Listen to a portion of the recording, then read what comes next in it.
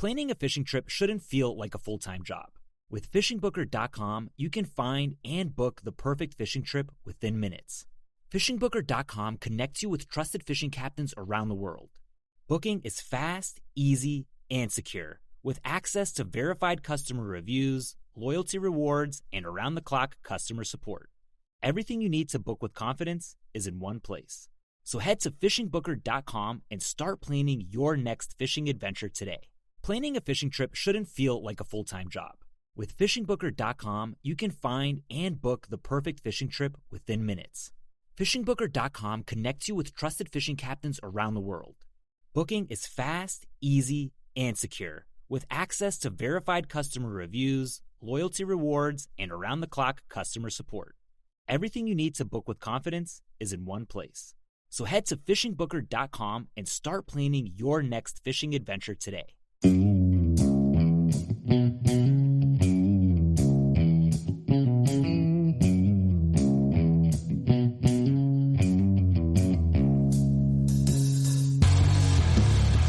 Alright, welcome back to the Survival and Basic Badass podcast with Kevin and Chuck. Today we're going to talk about rabbits. Rabbits, the other meat source, they're easy, they take care of themselves. You don't really have to get much to feed them. They're pretty cool. Yeah, I actually was a bit of a nerd as a young man. I was in 4-H. 4-H, had my own yeah. rabbits growing up, raised rabbits. One of the things that they first taught you when you're raising rabbits is that there's over 350 ways to cook a rabbit.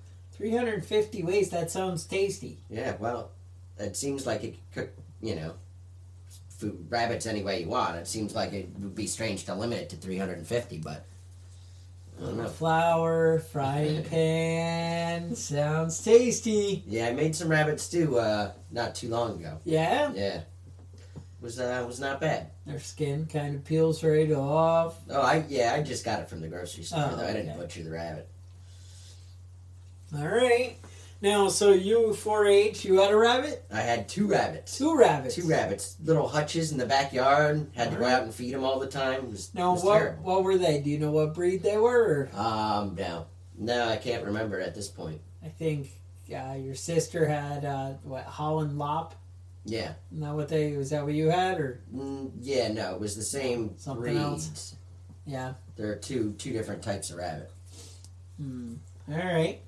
So, what do you know about rabbits? Not much? Not much. I know it doesn't take much to keep them alive, though. Yeah? You were able to do it? A little bit of hay, a little bit of food, and that's it, man. You can keep them in cages, and that's what they recommend to do for eating. But you don't necessarily have to, keep them penned up. You can make a bigger pen for them and let them just, go at it and breed and dig like tunnels rabbits? And do their thing, yeah. All right. So, I actually watched one of the homesteader courses that I had purchased in the past, a DVD on how to do stuff. So, basically it outlined, the requirements, what you need, and, whatever. So, I told the kids, that we'd probably have one that they could keep and they could name and could be their buddy, and the rest of them were eating. Mm-hmm. And they seem down with that. They're not that attached to... They like tasty food on the table. You had named all your chickens, right?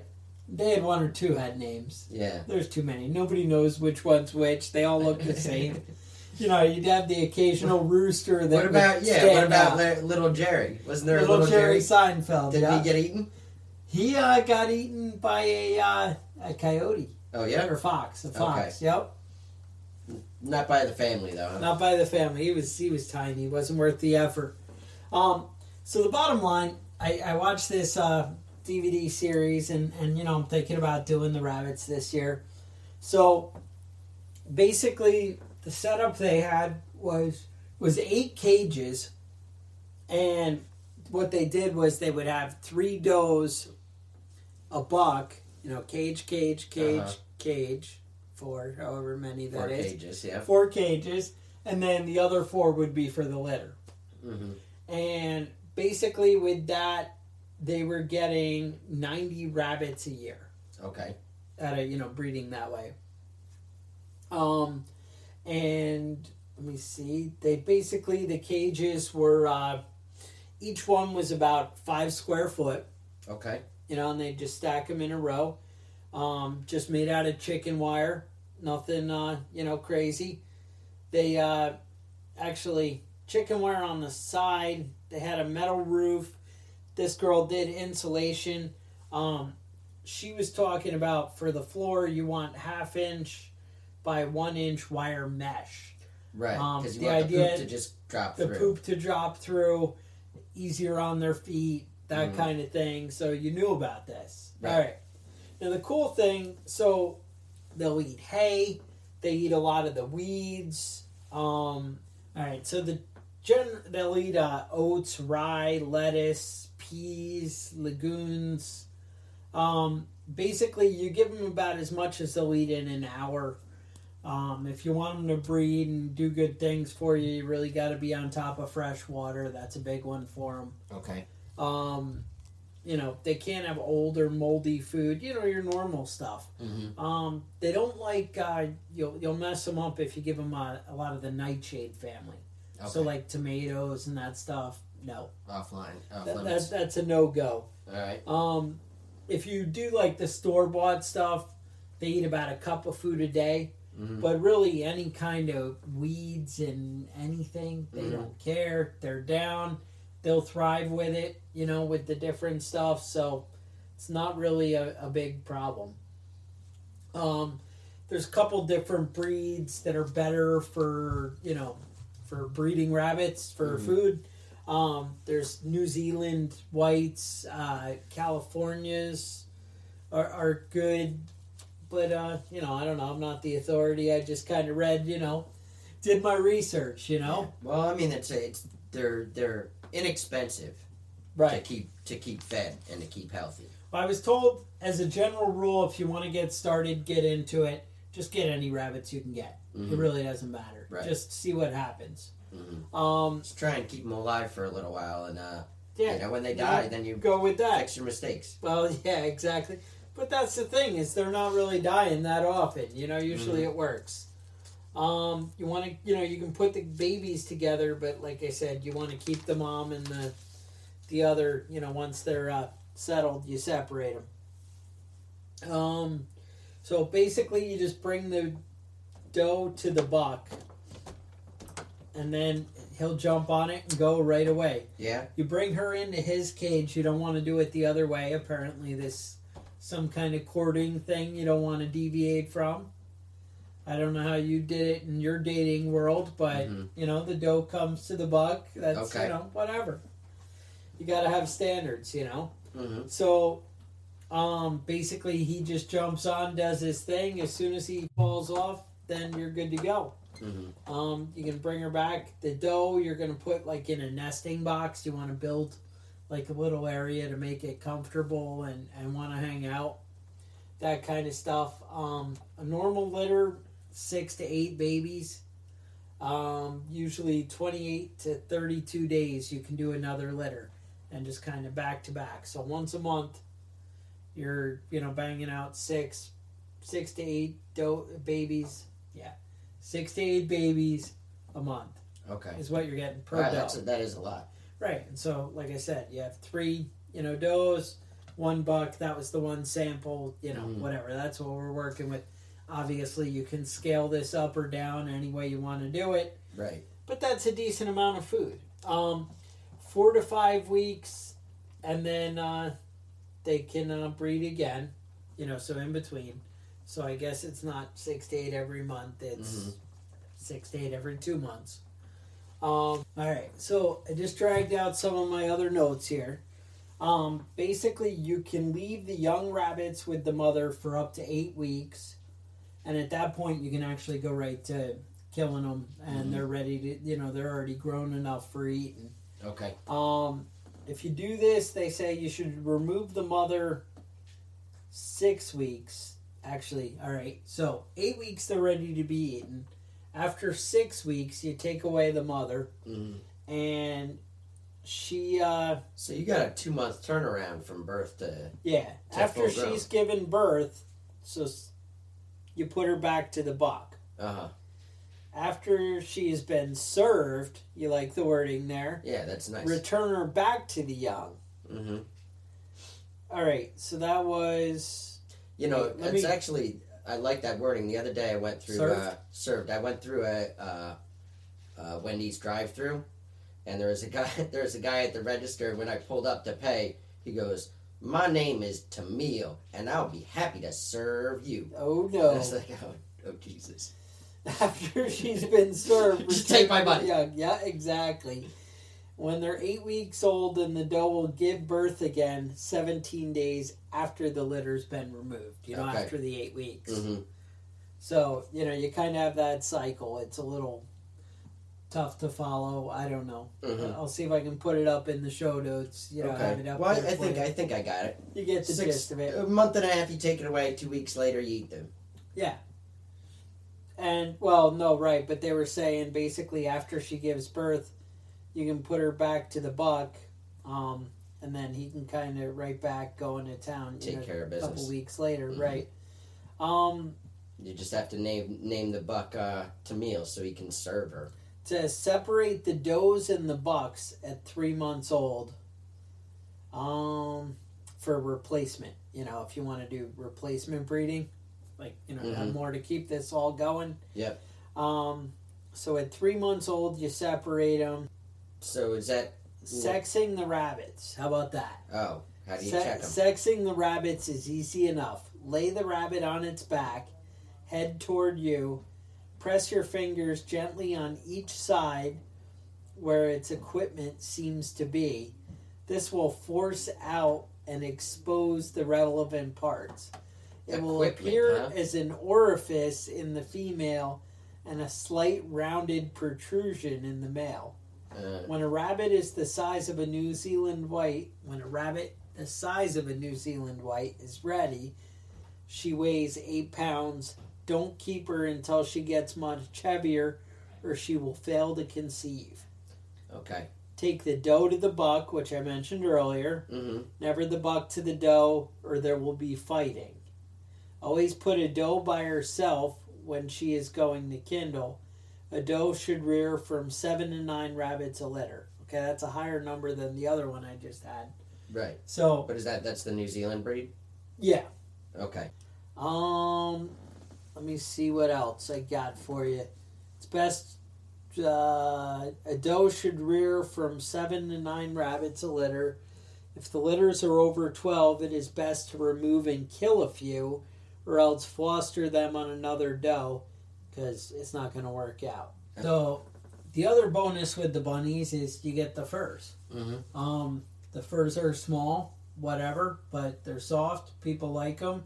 Skinning rabbits, kind of cool. You can make lots of neat things. And when you need new clothes for the end of the world, why not make them, some bunny loincloths or something, Mm-hmm. I know you were running around the house in a bunny loincloth. Isn't that what your old lady was saying? That didn't happen, no. Oh, okay. No. I mean, I wouldn't be opposed to that, but... No. No. It would have to be more like a mountain lion loincloth. Rabbit just wouldn't do. All right, fair enough. All right. So, we're talking about tanning the hides. Yes. I've got a couple of solutions that you could use for tanning them. All right. You could use a cup of coarse sugar. Salt. Coarse Granulated salt. Yep. Like the sea salt you get. And a cup of alum. Do you know what alum is? It's a chemical that they use for coagulation. All right. But you can get that fairly easily. It's not anything crazy. You get it powdered or granulated, and you mix that with water. So the second one would be the same thing. The sugar.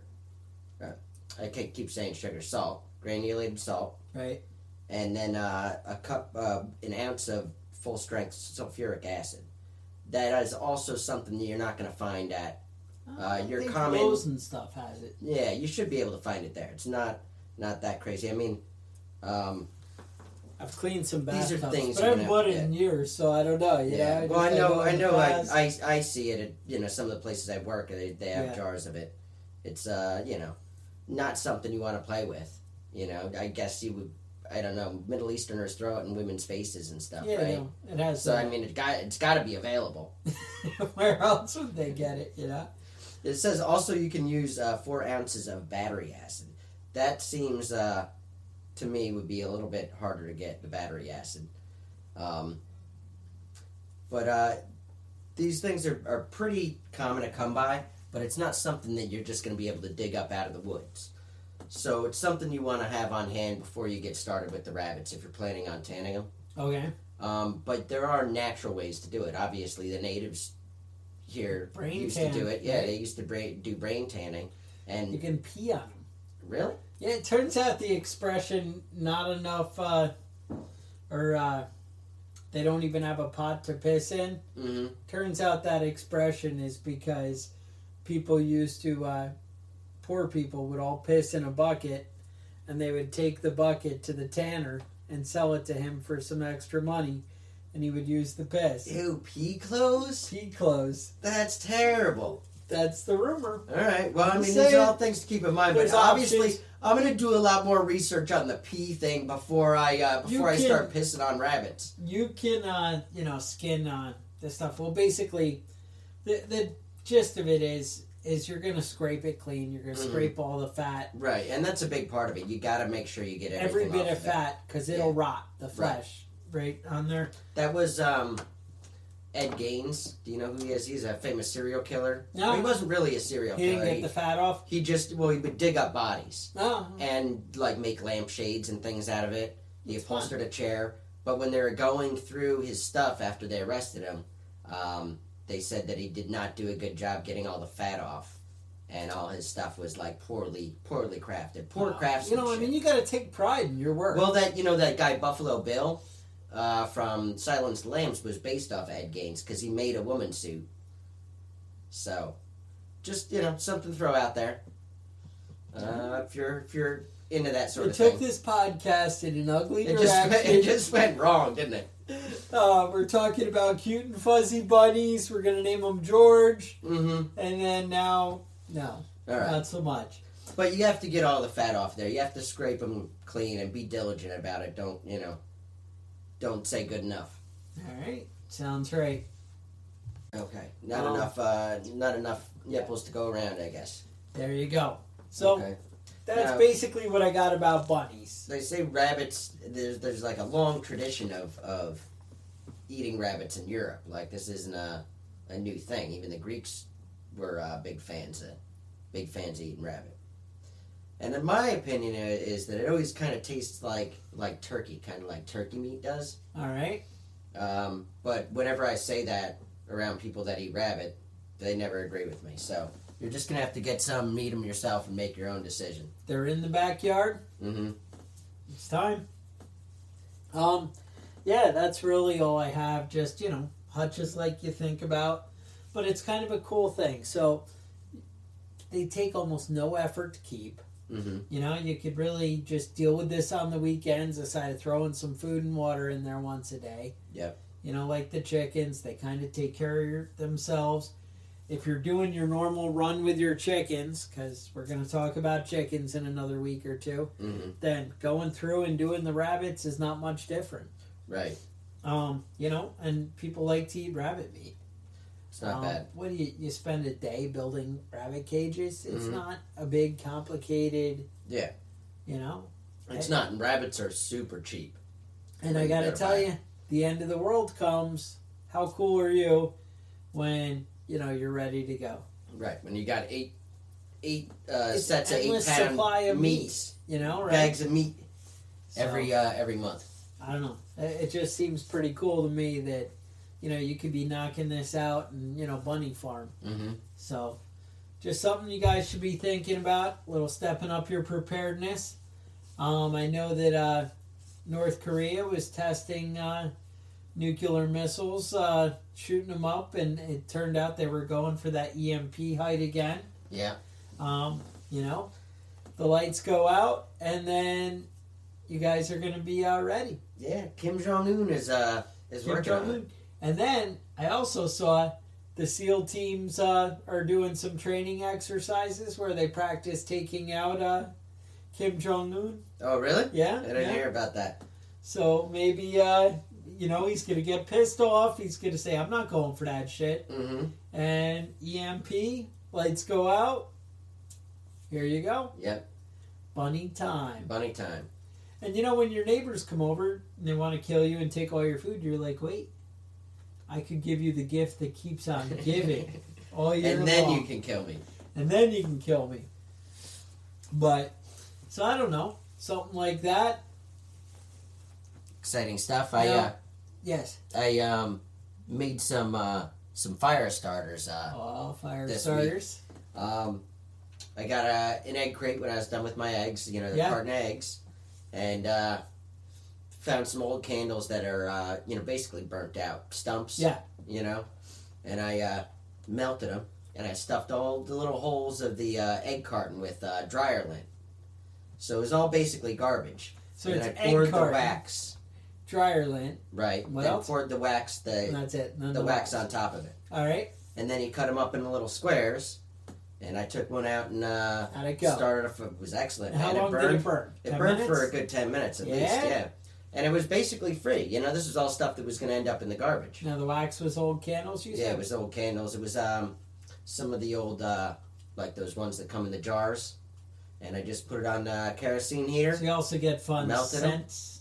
Oh, yeah. Well, these were unscented, but yes, you can get the scented kind. I did have one that I thought about. If you buy the right candles... It was bourbon and tobacco. I thought, nice. I should have done that, but... If you buy the right candles, they're very inexpensive. Yeah, and you want to be careful with the dryer lint, though, too, is that, if you throw in those dry fabric softener sheets... Yeah.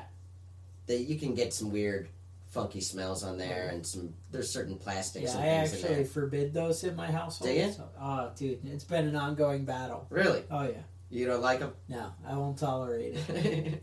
What's the matter with them? They stop static cling, man. They smell.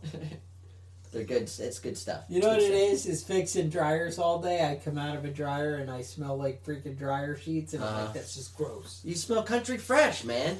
Country fresh. So, finally, we actually had a request. One of our listeners sent in an email to preppingbadass.com. Mm-hmm. I keep telling you guys, you want to hear your topics, this is the answer. All right. Well, Stan the Man wrote in. Stan the Man. He said, consider fuel storage. If shit hits the fan, how long will gas be usable if found or stored? And is there a way to rejuvenate gas back to where it's functional again? All right, some good questions. Yeah. The answer on the rejuvenation is not really. Not really. Not really. Some people say you can mix it with fresh gas, 50-50. Okay. Other people say that doesn't work. And you Then don't want to be just have a bunch stalling of bad out. Gas? Yeah, you don't want to be stalling out and clogging up When your the carburetor. zombies are chasing you? Yeah. Some people say that you can add Pride G, which is a fuel stabilizer. Okay. But they also say that within reason, it'll rejuvenate the gas. All right. So odds are, unless you have Pride G, I wouldn't even attempt it. And if you do, you'd want to do it with like a lawnmower or something first, just to make sure you don't fill your tank up barely with keep the lawnmower gas going as it is. That's just because you got an old piece of crap, man. Just All like right. my 6 All old right. lawnmowers. So the first thing I can tell you, gas in general, if you have a nice clean gas tank and you fill it up and you leave it, you're good for about a year. Right. You want it closed off, though. You don't want it open. Condensation will I mess know with when it. I bought my chainsaw, they have all kinds of, you want, your chainsaw to last. They have procedures for, you're not going to use it for 2 weeks. You're not going to use it for a month. Mm-hmm. You're not going to use it for 6 months. And really even up to 6 months, even with the mixed fuel, the big thing, they say top it off. Yeah. Leave it completely full in the tank. Mm-hmm. That way you're not going to get the moisture, the condensation. These things help. The next bit of advice I would have for you is non-ethanol gas. Mm-hmm. if you're planning on storing, anytime I buy gas for my lawnmower, my weed whacker, my chainsaw, my generator, any of those things, I buy non-ethanol gas. Now, you can't always buy it. It depends where you live. In New York, it's pretty much required almost everywhere here. We do have a local company that does non-ethanol in our county, but the county next to us, they're not allowed to sell it. Oh, really? So, yeah. Yeah, I know that I run right up to the store right here and it's great. pick it up. It's no and problem. that will last, honestly, the other gas goes bad a lot quicker. And that's what you want to use for most of those things like lawnmowers is non-ethanol to begin with. You might even want to get an additive that you know, will help out with that, even if you're putting it directly in your chainsaw or your mower. The big thing, I mean, you know, you're like, oh, well, then you should put non-ethanol in everything. Well, the thing is, in my car, I'm going through the gas. It doesn't matter. It's not going to sit. It doesn't burn quite as efficient, but I don't know if I'm going to pay 50 cents more a gallon. But you know what? When I fill my 5-gallon gas can, that thing might last me all year. Yeah. And the problem is, even though I might burn through the can, I might only use the weed whacker once. Right. Or I might only use the chainsaw once. And then now I'm stuck with that gas, so I needed that to be, you know, premium. Right. The next thing, like my boat. Seems if I go 2 years without running it, you know, I might start it, but I mean without really taking it out and burning through a tank of gas, then that's where I've started to get into trouble. 2 or 3 years. The big thing, you want to really be putting stable in it. If you're gonna go more than a year, and obviously there's guys who are probably yelling at me going, oh, well, even when I put it away for the winter, I put it in stable, and I'm not going to go the 3 months to the next season, or 6 months without stable in it. Okay, do that. You know, I'm not saying you're wrong. I'm just saying you can get away with it up to a year. I really don't have problems. Yeah. But I also know if I'm going into 2 years, you're going to wish you had put stable in it, or maybe you're going to have to drain it out. Yeah. And just say, you know what, I'm going to have to buy fresh gas next year. The only reason I would use stabilizers, I was looking through some of the crazy, you know, prepper forums that I go through, and there was somebody who was recommending that you keep at least 25 gallons of gasoline stored at all times. Whoa. And if you're going to have 5-gallon containers, my car, yeah, well, that's what he said. Either rotate it through or use stabilizer. But I think that unless you're seeing like a hurricane on its way or something like that, there's no reason to have that much gasoline on hand unless you're just, you know, completely crazy. And my generator has this big like tub on top of it for a gas tank, and it holds 20 gallons. Yeah. And I'm like, that sucks. You know? So I want to fill it. Take so your generator this to the thing gas can station that last easy. forever. This is great. Right. But then, all right, I filled it up for the season. Now what do I do with now my we 20 had gallons? no power outages. And I'm like, damn it. Yeah, no power outage. What am I going to do? Mm-hmm. So then I sit there with this little like 1/4-inch hose, letting it bleed out for an hour in a 5-gallon can, and then I got to go dump it in the car or whatever, and it's a pain in my ass. Now, actually, it reminds me, you had brought up the other day about like the high flow. You said the gas cans. You were going to go buy the high flow nozzles. The high flow nozzles, yeah. So I was getting ready for this big blizzard we had, the blizzard of 2017, whatever we call it. Yeah, what was it? Our big 2 feet. Stella. We Storm, just got... Winter Superstorm Stella, what are they calling it? Is that what it was? I don't know. I didn't hear. Stella! Is that what you were yelling? Yeah, that's what I was yelling when I was shoveling the driveway. So, yeah, it was a bitch. But anyway, we did get, what'd they say, 28 inches here? Yeah, I think that's what it was. It's brutal. But anyway, so I'm like, oh, you know, I'm going to go to Tractor Supply and see if they have these high flow nozzles. Well, they do, and they say only for use with water. Because they can't sell it with the other. So I'm like, this is perfect. This is exactly what I want. Fit on the can? Fit right on the can. Actually came with 2 different ends for different thread types. Didn't drip at all. had a little screw-on cap. Mm-hmm. The only downside, and there is one, is my gas cans, they all came with the, no spill whatever originally. Mm-hmm. None of them have the little air cap in the back. Right. So it glugs. It gurgles. So it sucks. Mm-hmm. I go to port, it's slower than with the freaking, the other ones. It was horrible. Oh, man. Both the gas and I didn't spill a drop. Mm-hmm.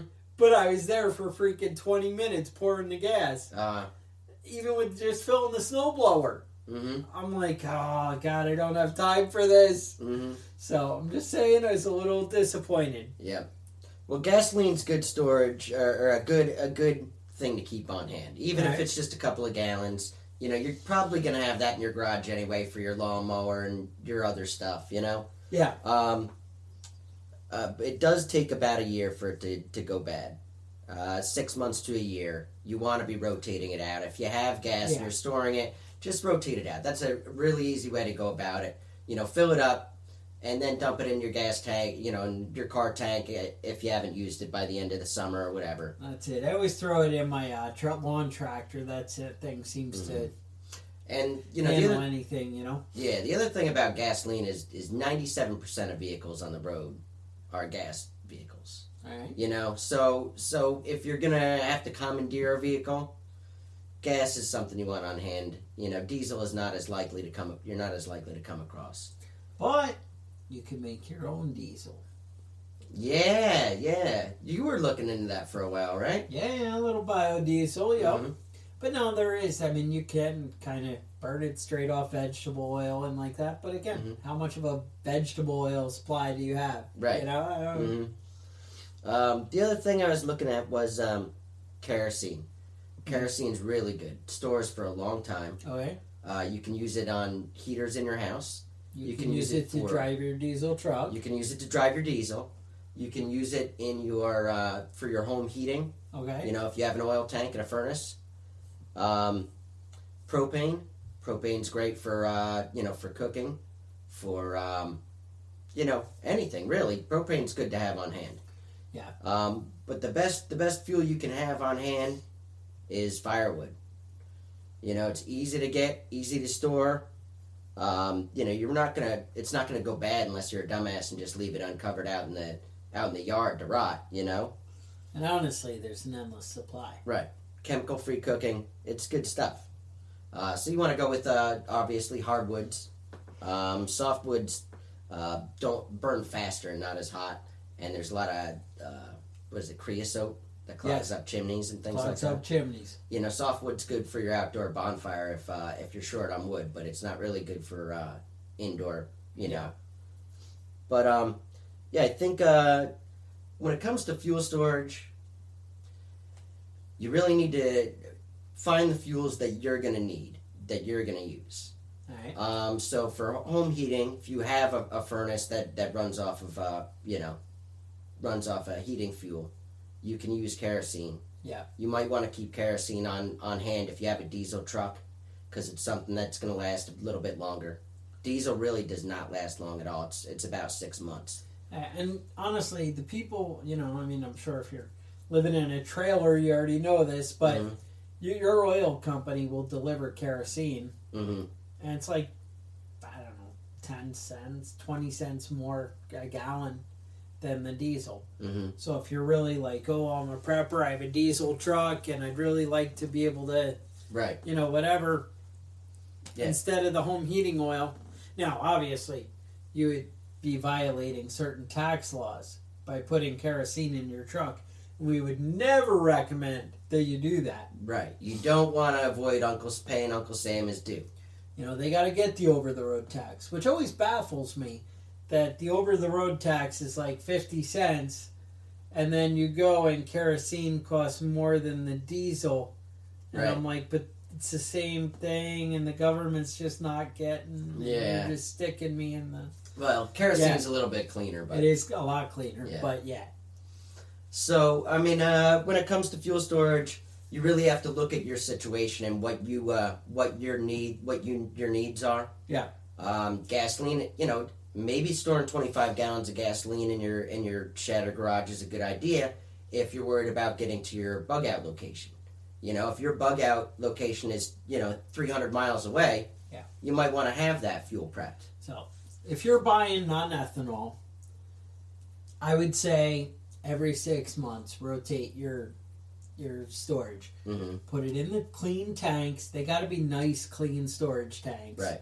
Don't have the old rusty, I found these old Army cans or whatever. Mm-hmm. That's great if they're brand new. Right. But not when they're 20, 30 years old and they're rusting. Mm-hmm. So clean. Fill them to the top. 6 months if they're with ethanol. A year if they're non-ethanol.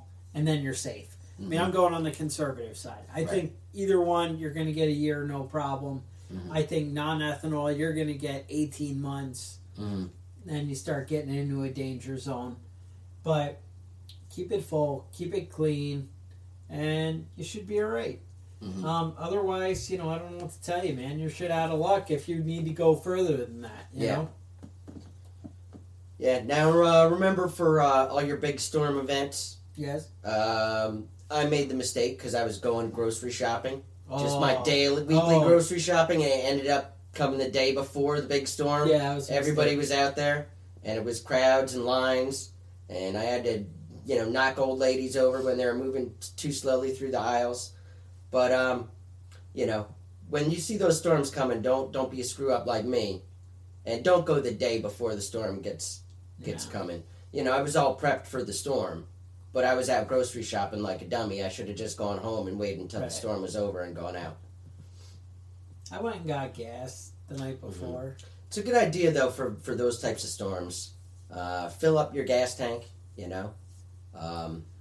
do all the basic stuff. I think we did a show on prepping for the storm.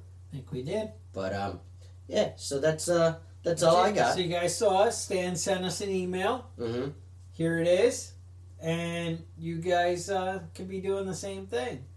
Getting all your unanswered questions. Yeah, because we're running out of ideas, man. We're Prepping going to have to come up with Badass. some crazy stuff now. So, actually, we did get a lot of emails this week. Yeah. So I'm kind of psyched. I've been talking with Jason in Kentucky. He's going to hook us up with some tips and maybe some equipment on maybe doing a little better with the recording. Kevin, you had some of the other emails? Yeah, I was looking through some of them. We've got Amelia and PR. We got a couple of new female listeners. Women listen to Women the listen to Prepping this, Badass apparently. podcast? Yeah, I don't know why they put up with my with your my courses? nonsense. But I appreciate that. We'll have to maybe do an episode catering a little bit to that side of the spectrum, maybe. All right. And keep that in mind. But if you want to get a hold of us, you can email us at preppingbadass@gmail.com. Is there a Facebook page?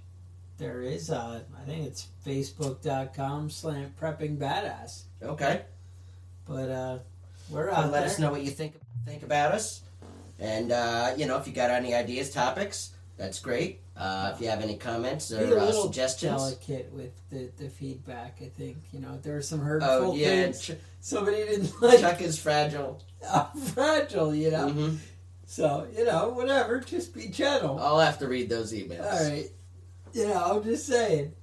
So, otherwise, stay safe, and we will talk to you guys next week.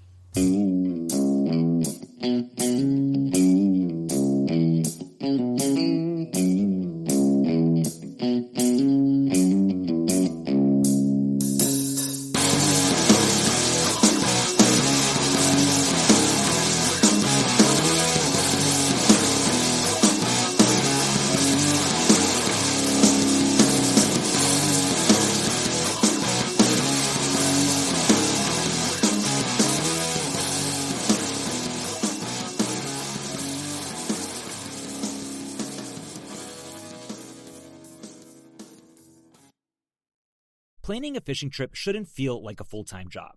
With fishingbooker.com, you can find and book the perfect fishing trip within minutes.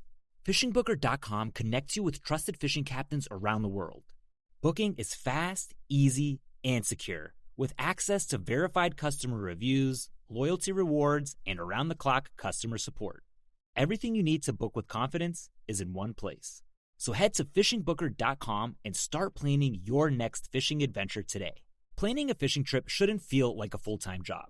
With fishingbooker.com, you can find and book the perfect fishing trip within minutes. Fishingbooker.com connects you with trusted fishing captains around the world. Booking is fast, easy, and secure, with access to verified customer reviews, loyalty rewards, and around-the-clock customer support. Everything you need to book with confidence is in one place. So head to fishingbooker.com and start planning your next fishing adventure today.